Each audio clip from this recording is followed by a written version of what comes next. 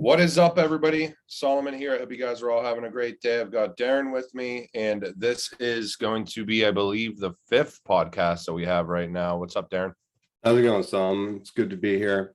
How is everyone today? Good, man. Good. So we're just going to hop right into it. I know, Darren, you had shared with me from Credit Suisse, Bretton Woods 3, which is anytime that these documents come out, they're insanely interesting for me. Essentially talking about all of the trouble that the dollar is in, and then kind of framing it around more so of like a digital war, and that money won't ever be the same. And this says if Bitcoin still exists by then, it will probably benefit from all of this. But I would actually state that it's probably more so a lot of these enterprise grade assets that are dealing in utility. Did you want to run through this document a little bit? Yeah, so Zoltan was saying that there's this huge gap between Western commodities and Russian commodities, and that is the recipe for a Lehman's type of the scenario, Lehman's type of crisis, just because there's this huge gap in prices and there's a lot of leverage in the commodities market. And the FSB and some of these regulatory agencies haven't really addressed the leverage in the commodities market. So they haven't put in the safeguards. And now there's these huge gaps and fluctuations in price, which could lead to a recipe for disaster. The other thing that he talks about is the Fed. The Fed is not able to support liquidity for Russian commodities, right? So they're insulated from the Russian commodity market while the People's, excuse me, while the People's Bank of China is positioned for that, so they can lend the money to drill, to do everything to extract these commodities, which would make the yuan an extremely important currency. And they could do that through two different ways. They can either dump US treasuries to finance all the commodities exploration, or they could print their own money to fund all of this, which would mean that they would essentially create a yuan euro system versus the euro dollar system, and kind of push against the US dollar hegemony.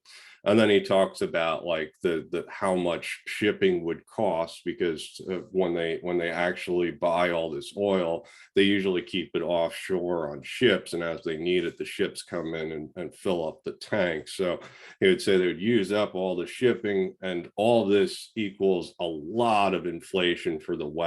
And the Fed's at 0.25, and there's no room in. Even if they could fight this isn't exactly a liquidity problem. This is a gap in price type of problem. So no matter what the Fed does, there looks like there's going to be a ton of inflation, and that's why he says Bitcoin will probably benefit from all this. And you and I both know that the tokenization of everything's going to come at one point. As a matter of fact, we have some things with Santander. And I mean, I'm certain that there's some of these frictions that are involved with the system could actually, benefit from tokenization and be able to make these markets run a little bit smoother. Yeah. And I think for me, it's phrased pretty succinctly in here. Do you see what I say? Do you see what I see? Do you see inflation in the West written all over this like I do?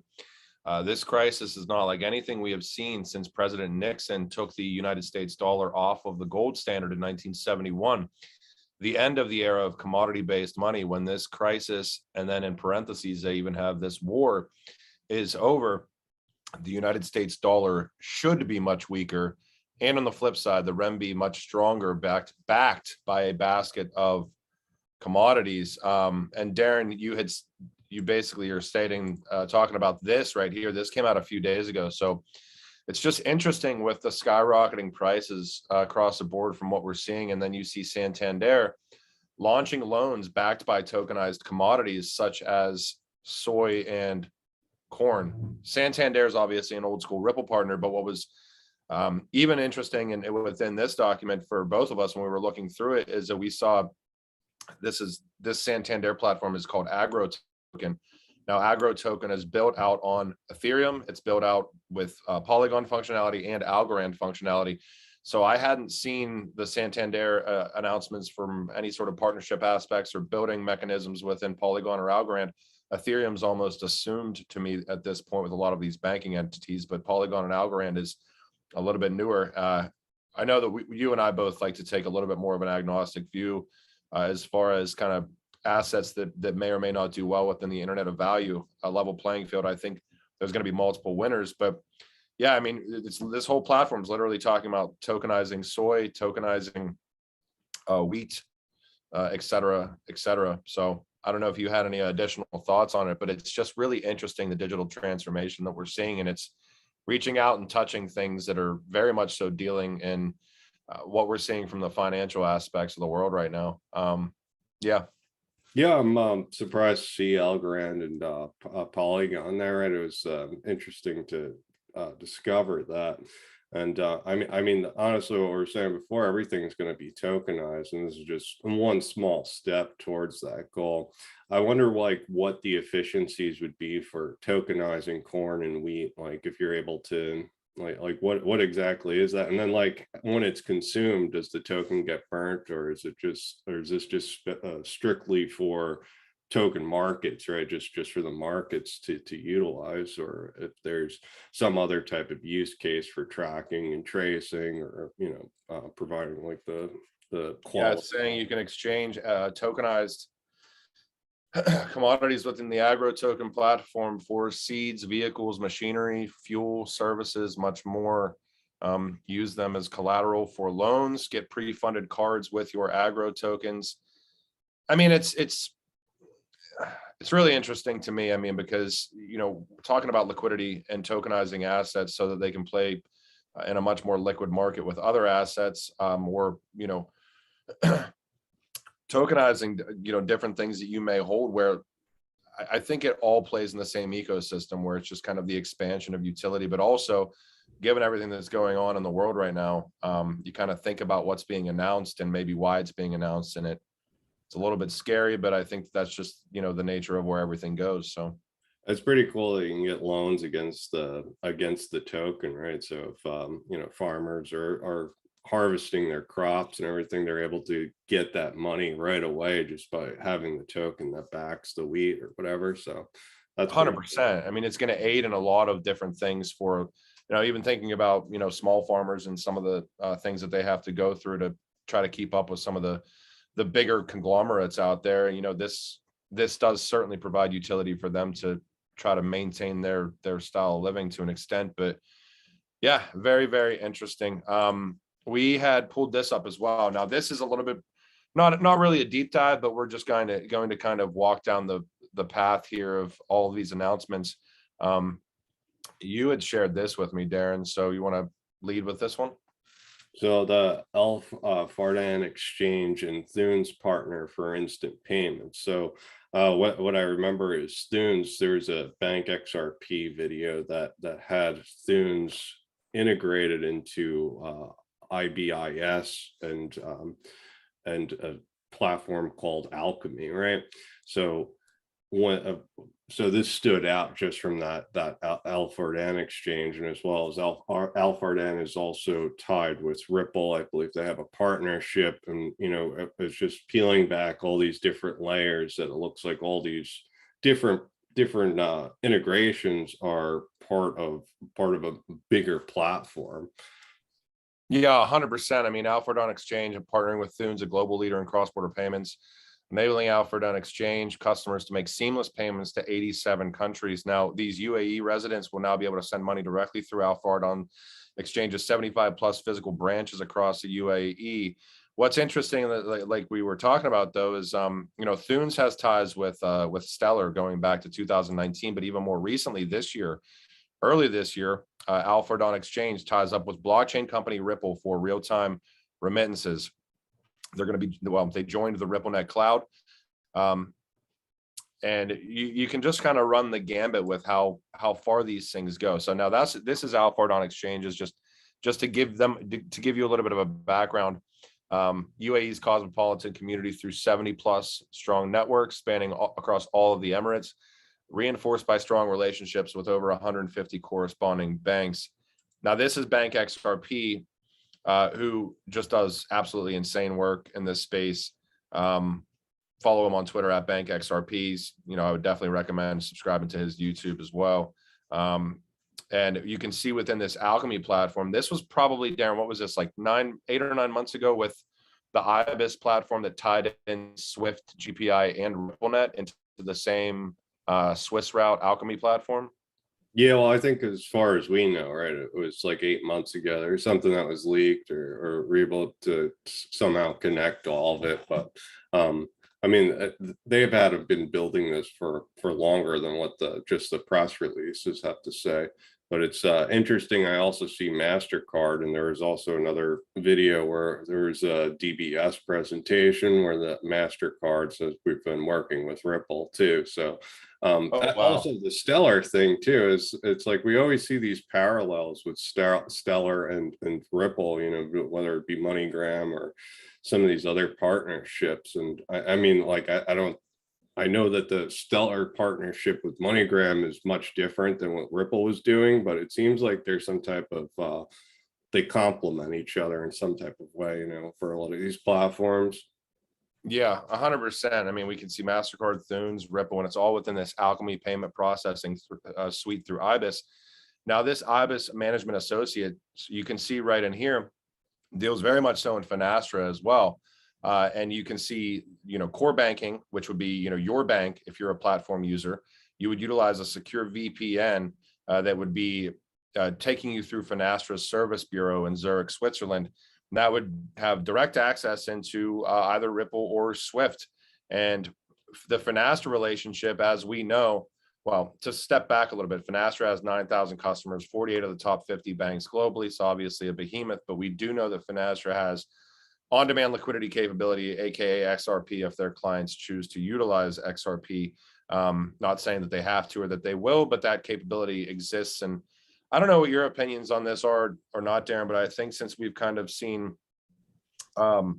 the whole product suite with Ripple, and now it's kind of it's alluded to the fact that it's kind of like everything's like within the cloud or whatever.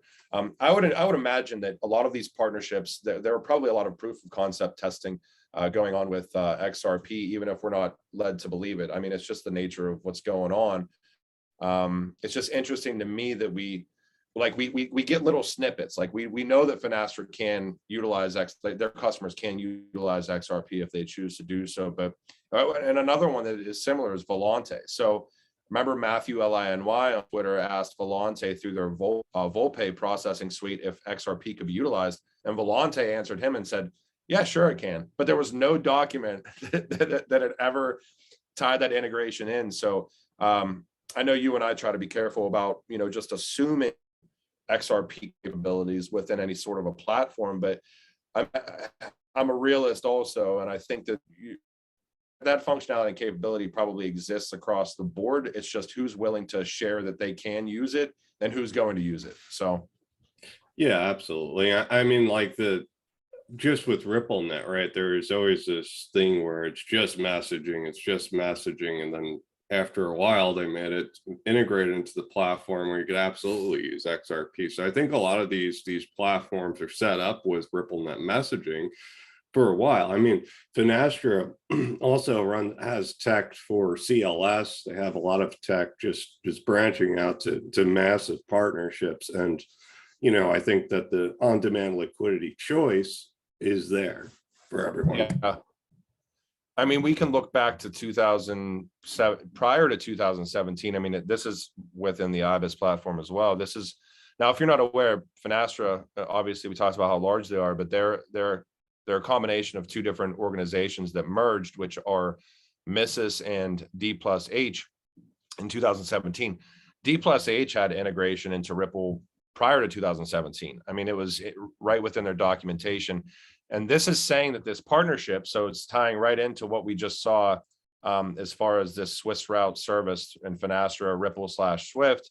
This is saying this partnership is going to be focused on the Caribbean and Latin American regions, which is also interesting to me because we talk a lot about exotic corridors and what XRP could do from a liquidity standpoint and bridging the gap and, you know, banking the unbanked standpoint within those exotic corridors. And I think that it's just interesting. It's not like a tier one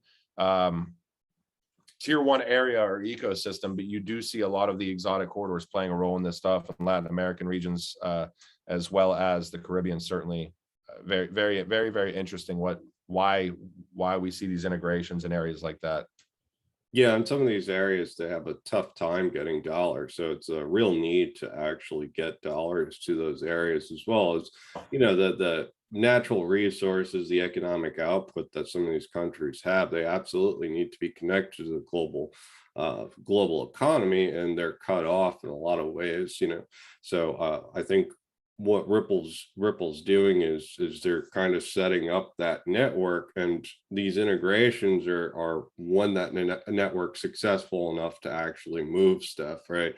That's where the big players can actually tap into that market when it's needed.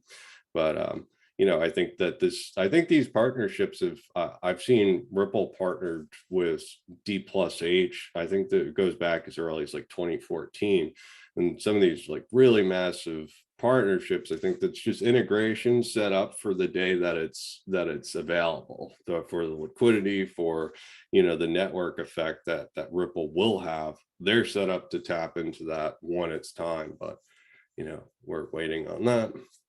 Yeah, and last but not least, on the Thunes aspect, back in October, they expanded real-time payments to Russia with a partnership with Bank 131. So kind of extrapolating out on all of this, I mean, we're just alluded to the fact that across the board, this is how big this space is and this ecosystem gets. I mean, every nation, every government, they're all going to be utilizing digital assets in some form or another at some point. Otherwise, they're not going to be able to adapt to whatever the financial world looks like in the next handful of years here.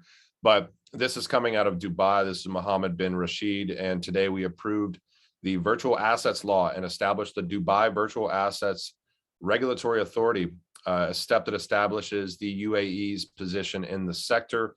The authority will cooperate with all related entities to ensure maximum transparency and security for investors. And we also saw this one today. This is a Romanian central bank approving blockchain firm Elrond. Obviously, a lot of you know that Elrond has its own coin as well. Not financial advice, but the Romanian central bank had approved Elrond to buy this payments firm, which is TwizPay, and they have a lot of integrations. TwizPay is integrated with MasterCard, Visa, single euro payments area, so SEPA, WooCommerce, I believe, Magento, Shopify. I mean, it's just, again, Darren, I'm sure that you agree there's going to be multiple winners in this space, and just paying attention. We didn't have it within this, but there was a document, there was a document that came out yesterday saying that within FedNow and their sandbox, there was a blockchain project called Cypherium that I caught the news article from yesterday, but it had like shit volume, and it was on shit exchanges. And when I say like low cap, I mean this thing was like a $2 or $3 million market cap. And people catch wind of some of those integrations. We both looked at it before this, and it was up, like volumes were up like 800%. And it went from like a $2 million market cap to like a $15 million market cap overnight. And I think that on the piggybacking on the executive order yesterday, I mean, these announcements come out. It's just, are you paying attention to them or not? So now I don't recommend going to a shit exchange and buying a coin just because it's in an article, because good luck selling it. And who knows what you're going to be able to buy it for, just because there's no liquidity there. But it's just very interesting. There's so many hands in the pot, and there's going to be so many winners. Yeah, I'm not certain what Cypherium does exactly. I've seen them prior to this announcement. They're in OMFIF, conferences. They've often have PDFs that show that they're sponsorship members of like a lot of the central bank summits and everything. But the impression that I get from a lot of those interviews is that they're pushing for the private permission system. So then I don't understand why they have the token, so that's why I've always kind of stood off from it. And I haven't really researched it in depth to know why the token exists. But if the developers and everybody aren't really enthusiastic about having an open blockchain, then I don't know why I should be. So that's kind of the reason why I've never touched it before. But yeah, as far as the volume's concerned, like I don't know, it seems very risky when something has extremely low volume, right? It's not, there's a reason why there's really low volume usually. Yeah, no, I hear you. We saw this today as well. So this is Senator Elizabeth Warren.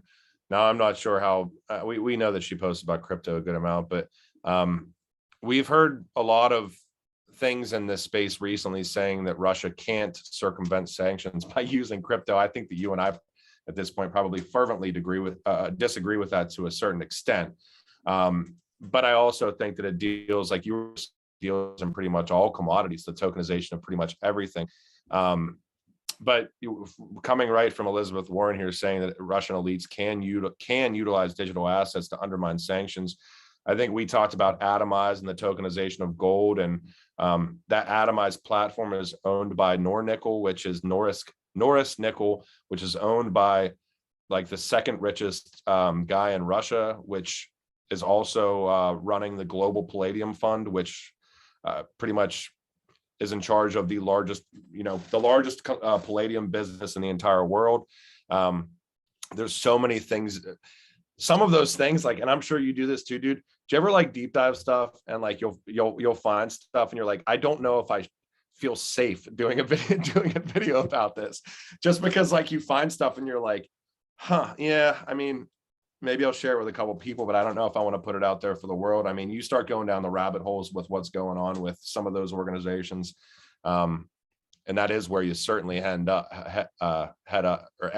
So yeah, I've excluded a lot of information from a lot of videos just because of it goes too far too. I found like personal addresses and like crazy things just by searching PDFs. But like what Elizabeth Warren's doing, right, is it's like setting up this play for the KYC AML laws to be really, really strict, because you know as well as I do, if we're two countries doing trade, we could just issue tokens and we just have to make good on the token that we're issuing. So if I have 100 barrels of oil and you redeem your token for 100 barrels of oil, as long as I give you those 100 barrels of oil, then it worked, right? And you weren't part of the dollar system at all. So what she's saying though is the Russian elite are able to get dollars for their crypto, which I find hard to believe. I have a very hard time dealing with Coinbase and Uphold. They always want some type of document for me.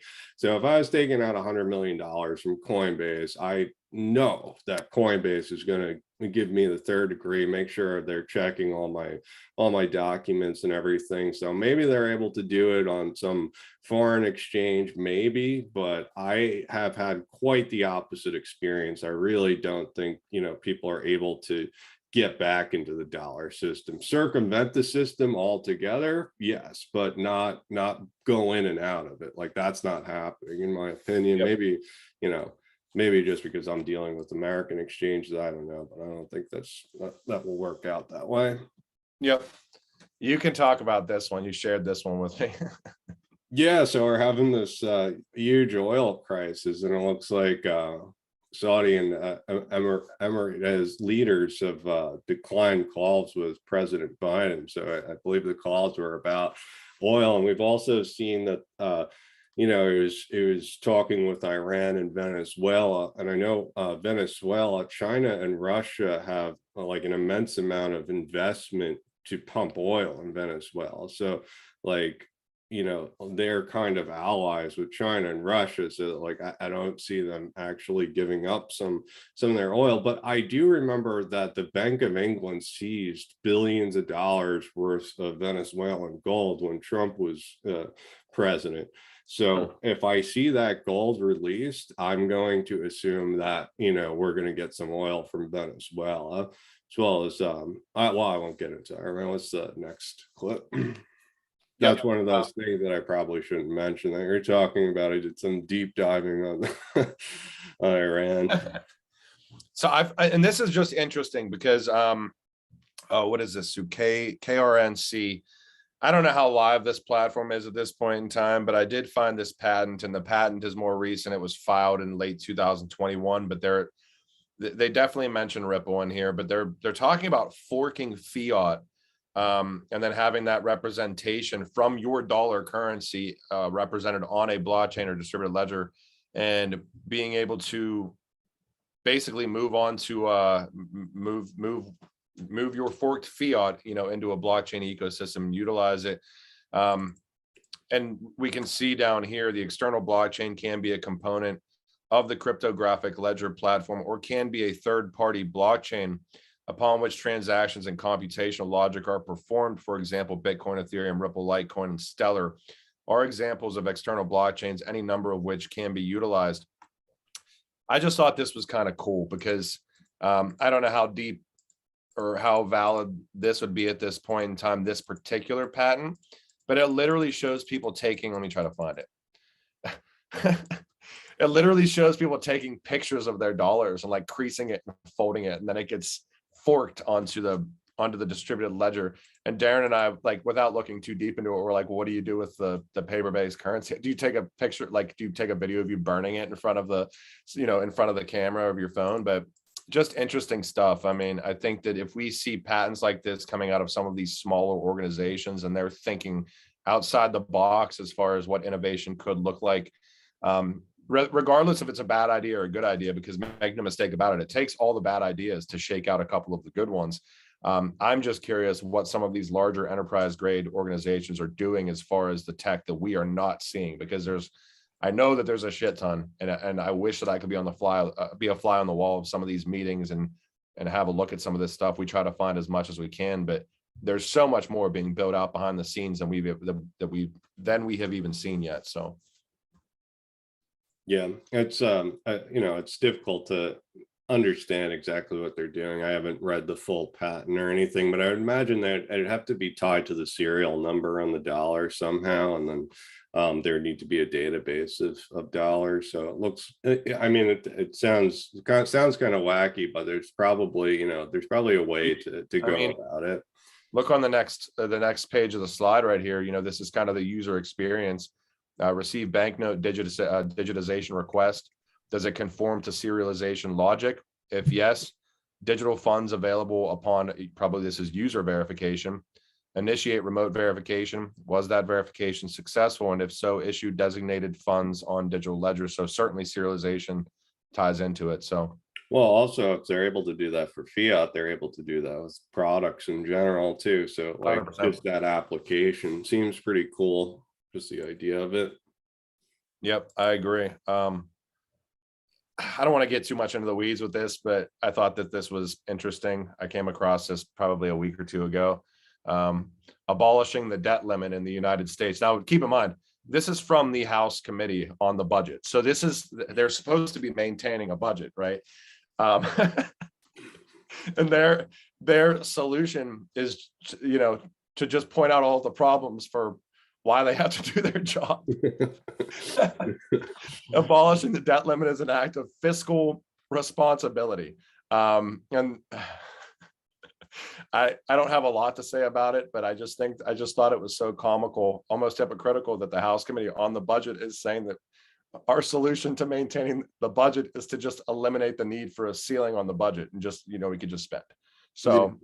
Yeah, it's ridiculous, right? And it's I mean, inflation's at 8%, so like they're all following like modern monetary theory, where they think, if you're able to push up your GDP, then you're able to issue as much debt as you want relative to that GDP. But we're not pushing up GDP. We're just printing money and spending it and mismanaging it, and we're never moving up in productivity. We're just slowly declining because the government's in charge of the money, and it's a horrible way to allocate funds. So it's funny to see like the justifications and the propaganda that are coming out of some of the politicians' mouths about, just inflation and economics. And then like I'm getting people on Twitter that argue with your point of view, telling me I need to take an economics class, I need to do this, but they're just saying political talking points when like they're failing at their job, they're not doing they're trying to get rid of a debt limit because their whole job is to create a budget. Like how does that make any sense at all? And then like people are buying it hook, line, and shit sinker. Like I've Yeah. never trusted a politician. I don't know why there's so many people that just are following this propaganda to a T. I was reading today, it was an 8% for inflation. Isn't that the highest in 40? I think it was 40 years. I think I saw that this morning. I don't know if you wanted to touch base on this at all. But I know that I guess two of the main devs, this was probably maybe a week ago, 3 or 4 days ago, decided that they were going to be closing their chapter in their lives for contributing to about 25 apps and services. And a lot of these are projects that are fairly large. I mean, I call it Keeper 3, but this is Keep 3R, Yearn Finance, multi-chain, chainless, solidly. I haven't heard of, Curve. Is that just normal Curve? Okay. I mean, that's a Yeah. lot, right? Those are some heavy hitting projects too. I'm assuming that these devs are a little bit, you know more about this than I do. Are these like heavy hitting devs? Or are they more Yeah, so like they're- the management team? I mean, Yearn was one of the first DeFi platforms, so it's I know that. yeah, it's like a real big strike to everyone. What concerns me is they're not saying that they're just leaving; they're saying they're terminating these Oh, shit. services and apps. So, I mean, like I don't know for certain or anything. There might be a chance for some of these to still move on if they're truly decentralized, right? Like if the protocol the is ledger. actually used and people enjoy it, yeah, then I think, some of these can actually make it. But the way he's wording it is that they're terminating services. And when I logged into some of these, it's saying by April 3rd, you're not going to have access to the site. So I don't really know exactly why people are spinning it as it's not terminated, because he's saying it's terminated. My thoughts is he's probably got like an SEC lawsuit from the projects he's created, and that's why he's bowing out. But I don't know that for certain. It wouldn't surprise me to see that in the upcoming months, seeing Andre being sued by the SEC. I didn't even realize that when I was reading through this. This is that Andre Cronje dude or whatever, CRONJE or whatever. Yeah, that dude's huge. So yeah, very interesting. I mean, and this is why this space is still extremely crazy right now, because things can be shots in the dark that come out of nowhere that just completely potentially wreck everything that you're doing. So I think diversification is big. I think spreading out investments. And this isn't financial advice. This would be what I would try to do, is spreading out investment amongst multiple different projects, having some large caps and trying to accumulate some of the blue chips, and then, playing with some of the small. I mean, I don't know, but this is just telling me, more so than ever, that there's a lot of uncontrollables within this space, and it's pretty scary that we're still dealing with this in 2022. I'm hoping when we do have some clarity and some of the work being done in the United States, hopefully that a lot of these things get shaken out. And then last but not least, I think we wanted to maybe just touch on the state of crypto right now. There was so much rhetoric coming out yesterday saying Bitcoin explodes 9% as executive order comes out. And I'm like, yeah, that's great. I know that you're not here for 9%. I know that I'm not here for 9%. And just looking, and I did this on Patreon a while back, but looking at just EMAs and keeping it extremely simple. I mean, I think it was 3 times, the prior 3 times, at least recently, it probably happened back here too. Yeah.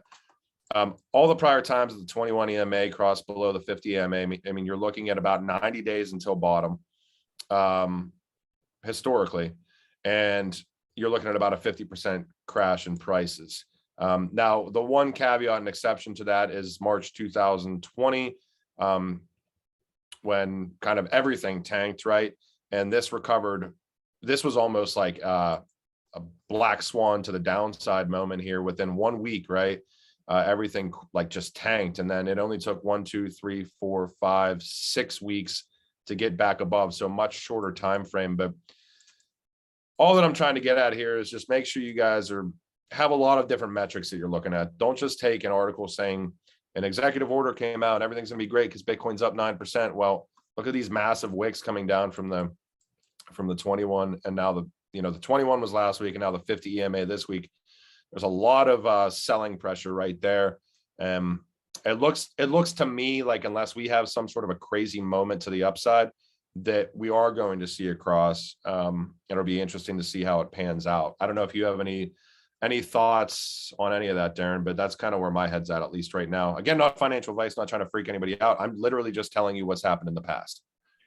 Yeah, I mean, it certainly doesn't seem that great for the short term, right? So we are using these EMAs as resistance. There's the massive wicks. It looks like whale is completely dumped. But I mean, if we do have some type of crash, I could definitely see it being some type of COVID flash crash, right? Yeah. Just from everything that's going on, the super high inflation rate, the conflict with Ukraine, the commodity prices, there's definitely a lot of factors that could play into this, and the solution's going to be to print your way out of it.